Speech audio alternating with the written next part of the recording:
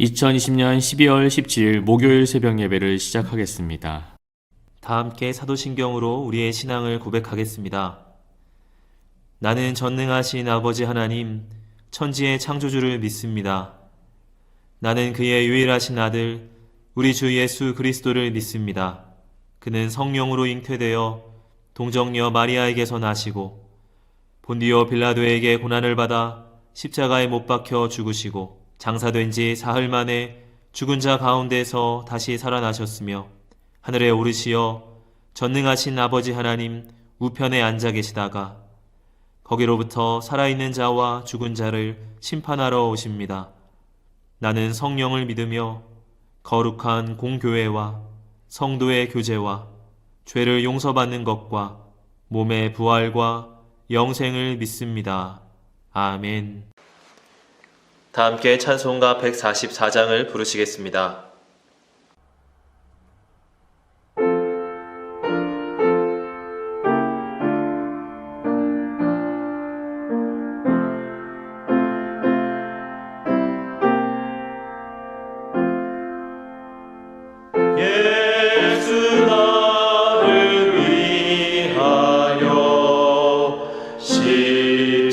십자가를 질 때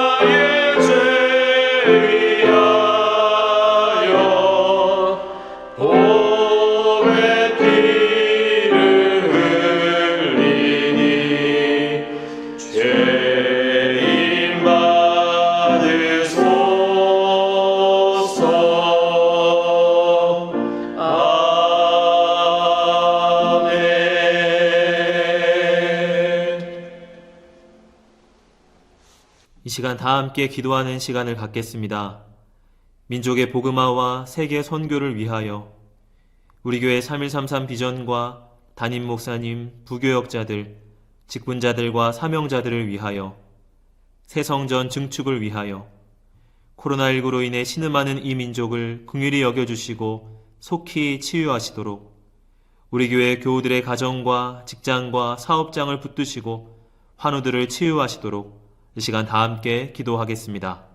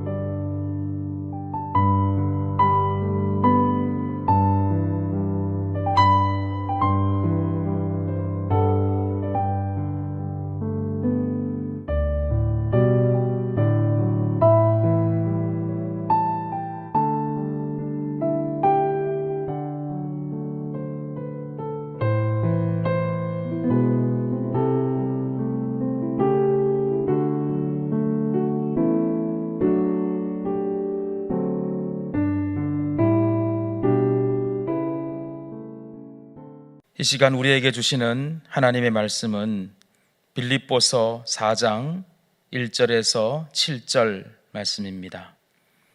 그러므로 나의 사랑하고 사모하는 형제들, 나의 기쁨이요 면류관인 사랑하는 자들아, 이와 같이 주 안에 서라. 내가 유오디아를 권하고 순두개를 권하노니 주 안에서 같은 마음을 품으라.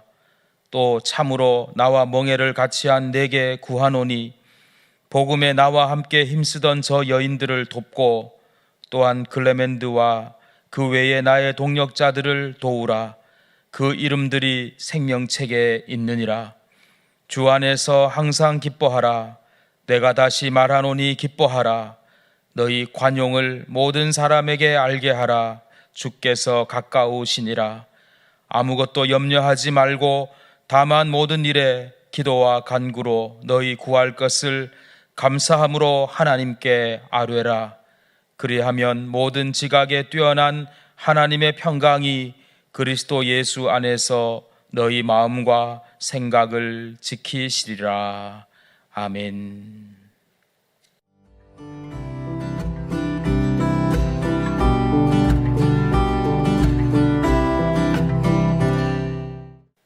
빌립보 교회를 향한 바울의 마음은 좀 유별났습니다. 오늘 본문 1절에도 표현하고 있던 구절처럼 나의 사랑하고 사모하는 형제들, 나의 기쁨이요 면류관인 사랑하는 자들아, 이렇게 표현하고 있습니다. 아시아에서 선교하다가 성령의 인도하심을 따라서 유럽으로 방향을 틀고 첫 번째 선교지였던 곳이 빌립보 교회였죠. 이외에 여러 교회들을 개척했으나 그 유럽 지방에서 처음 개척했던 빌립보 교회와는 바울이 여러 가지 특별한 관계들을 가졌기 때문에 깊은 애정을 가지고 있었습니다. 그래서 나의 기쁨이라고, 면류관이라고, 사랑하는 자들이라고 그렇게 부르고 있지요.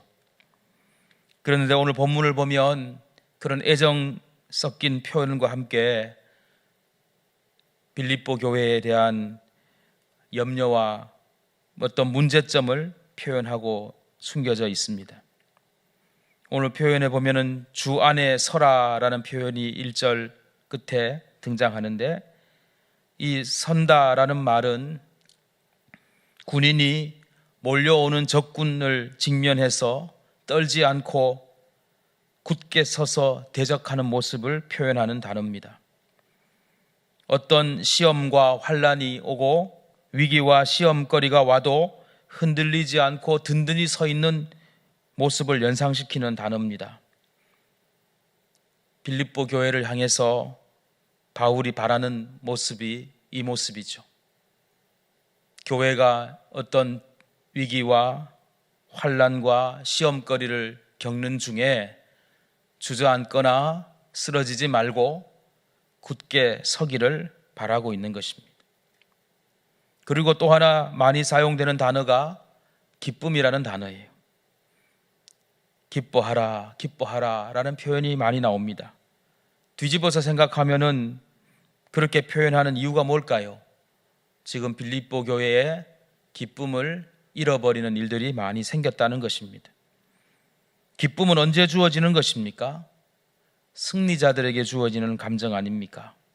힘든 훈련의 과정을 다 마치고 난 뒤 자신과의 싸움을 이겨내고 대적과의 시험에서 극복하고 승리했을 때 얻는 감정 아닙니까?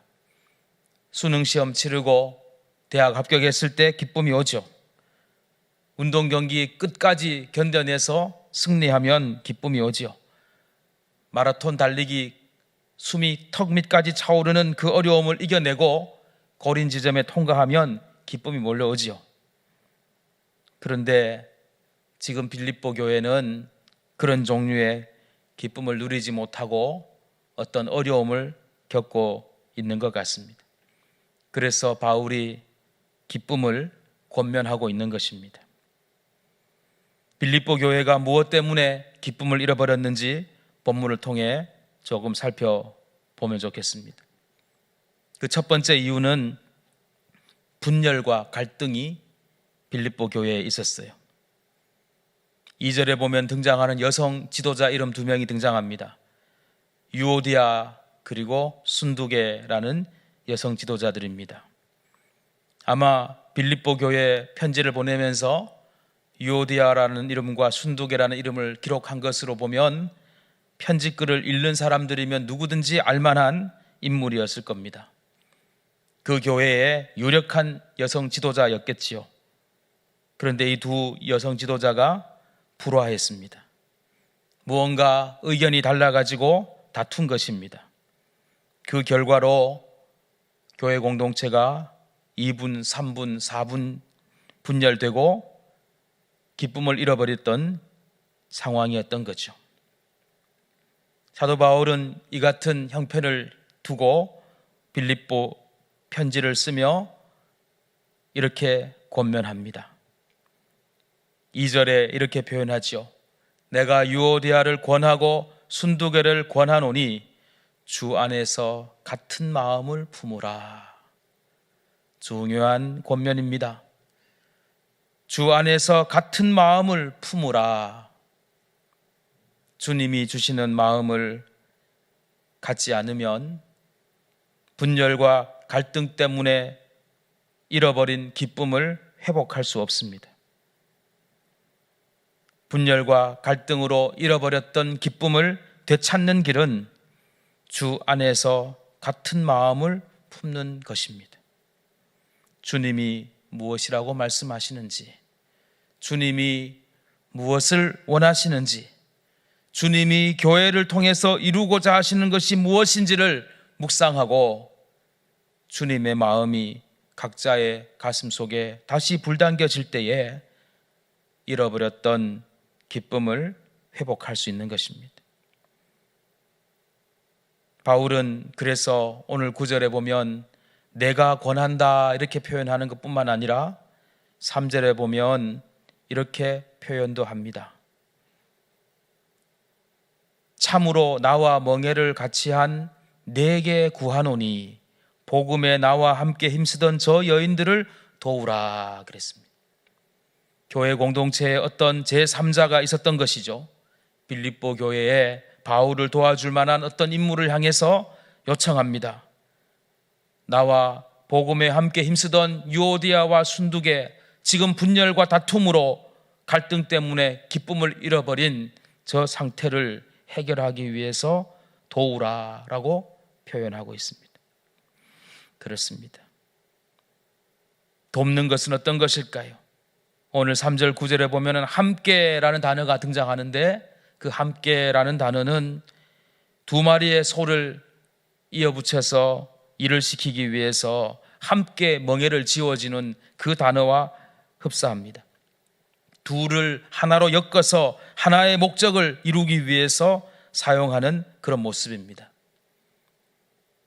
그렇습니다. 한 마음이 될 때, 한 사역을 할 때, 함께 일을 할 때 기쁨을 회복할 수 있는 것입니다. 분열과 갈등은 공동체의 기쁨을 빼앗아갑니다. 하나님은 성령으로 하나 되게 하시고 같은 마음을 품게 하여 공동체의 기쁨을 회복시키고자 하십니다. 또 다른 주제를 볼까요? 무엇이 빌립보 교회의 기쁨을 앗아갔을까요? 배척하고 강포한 마음이 기쁨을 앗아갑니다. 상대를 향하여 넓은 마음으로, 부드러운 마음으로, 온유한 마음으로 대하지 못하면 기쁨은 사라져 버리는 것입니다. 오늘 본문 5절에서 이런 단어가 등장합니다. 너희 관용을 모든 사람에게 알게 하라. 주께서 가까우시니라 했습니다. 여기에 관용이라는 단어가 등장하지요. 번역하기에 따라서 인내하다, 온유하다, 혹은 부드럽다라는 단어로 번역될 수 있는 단어입니다. 무슨 말입니까?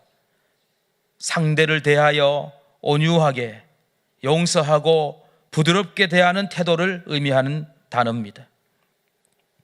마치 예수님께서 산상수훈에서 오른편 뺨을 치는 자에게 왼편을 돌려대고 겉옷을 달라는 이에게 속옷도 주고 억지로 오리를 가자는 자에게 십리를 동행하라고 하셨던 말씀이 연상됩니다. 그렇습니다. 관용은 상대를 향한 부드러운 마음이고 온유한 마음이고, 그리고 상대를 받아주는 마음입니다. 이 관용이 상실된 공동체는 기쁨이 사라진다는 것이죠. 배척하고 강포한 마음이 가득한 공동체는 기쁨이 사라지고 만다는 것입니다. 그러면 어떻게 이렇게 관대하게 살 수 있을까요? 우리 인간의 본성을 생각해 보면 불가능한 일 같지 않습니까?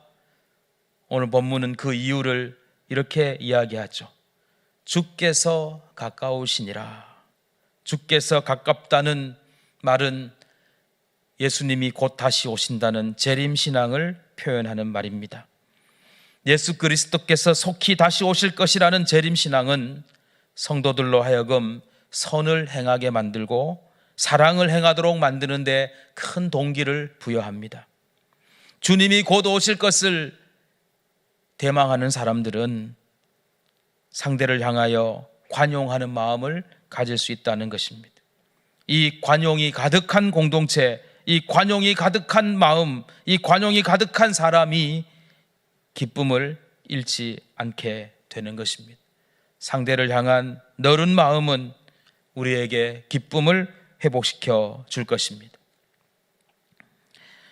세 번째, 오늘 본문에서 표현하는 빌립보 교회가 기쁨을 잃어버렸던 또 하나의 이유가 있습니다. 바로 어려운 현실과 인생의 걱정거리들 때문입니다. 여러 가지 걱정거리와 근심거리들이 많으면 사람의 기쁨이 사라지게 되지요. 시편 90편에 모세가 우리의 연수가 70이요 강건하면 80이라도 그 연수의 자랑은 수고와 슬픔뿐이라고 우리 인생을 논했습니다.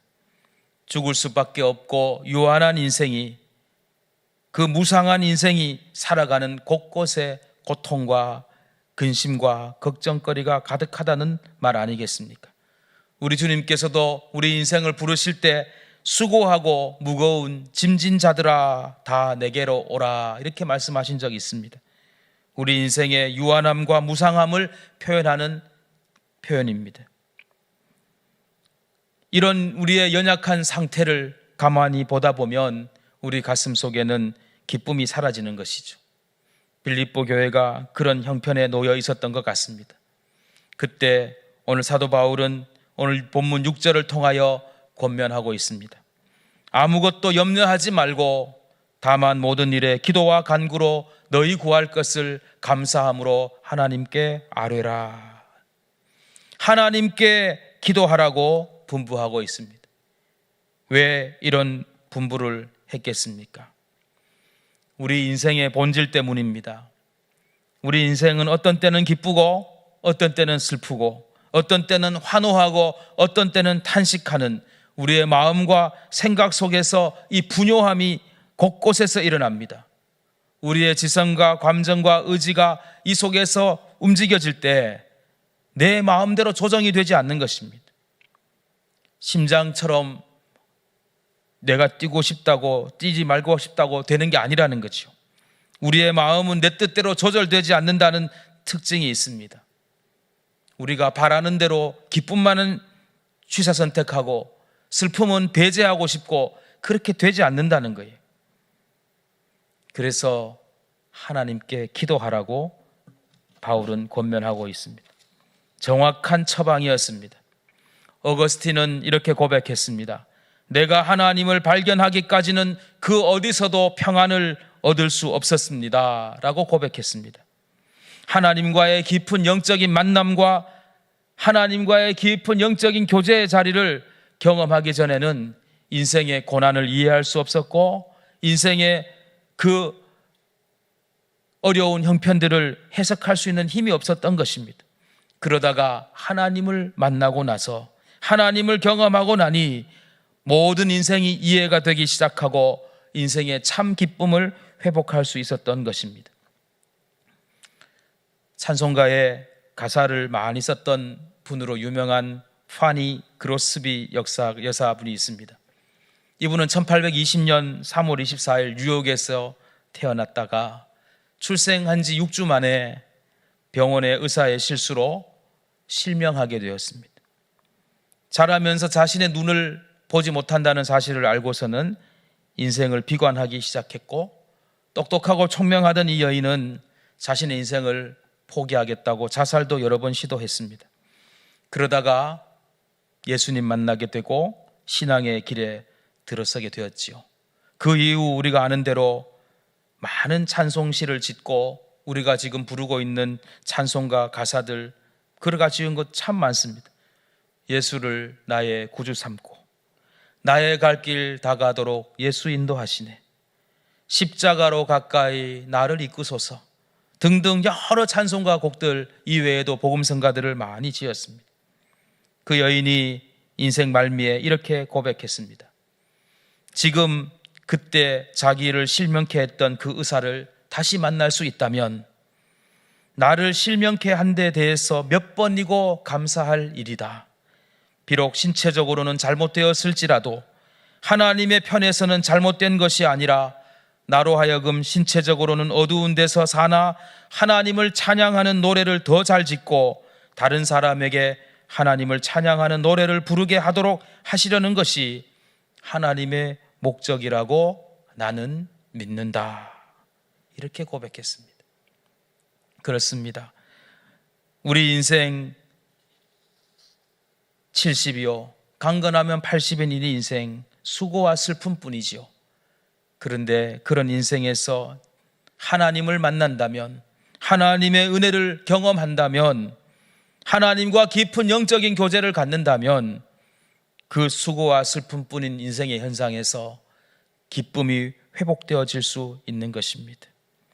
주께서 내 마음에 두신 기쁨은 그들의 곡식과 새 포도주가 풍성할 때보다 더하니이다 라고 시편 기자가 고백한 것처럼 우리 인생의 참된 기쁨은 하나님께 우리의 온갖 것들을 감사함으로 아뢰며 그 하나님을 경험할 때 얻어지는 것입니다. 사랑하는 성도 여러분, 오늘 빌립보 교회를 우리는 살펴보며 묵상해 봅니다. 우리의 인생의 참된 기쁨은 언제 회복되어지겠습니까? 분열과 갈등을 극복하고 주 안에서 같은 마음, 그리스도의 마음을 품어야 합니다. 예수 그리스도께서 말씀하셨던 것처럼 관용하고 너른 마음을 가져야 합니다. 하나님께 기도하며 우리의 영을 하나님께 가까이 나아가야 합니다. 그럴 때면 우리의 공동체를 망가뜨리고 우리의 마음을 망가뜨렸던 모든 악한 것들은 물러나게 되고 우리에게 기쁨이 회복되게 될 것입니다. 오늘날 우리의 형편 속에 찾아오는 현상적인 여러 가지 일들로 인하여 주저앉지 마시고 하나님 만나고 하나님의 가르침 가운데서 참된 기쁨을 회복하고 기쁨 가운데 살아가는 하나님의 백성들 되시기를 주님의 이름으로 간절히 축원합니다. 주신 말씀을 생각하며 잠시 묵상으로 기도하겠습니다.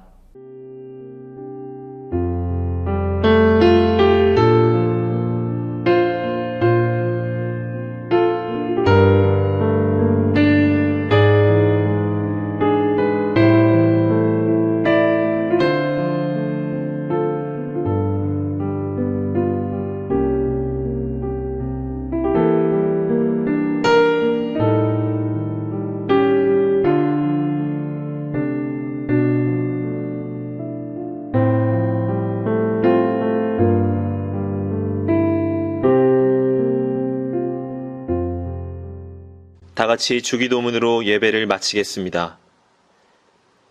하늘에 계신 우리 아버지, 아버지의 이름을 거룩하게 하시며 아버지의 나라가 오게 하시며 아버지의 뜻이 하늘에서와 같이 땅에서도 이루어지게 하소서.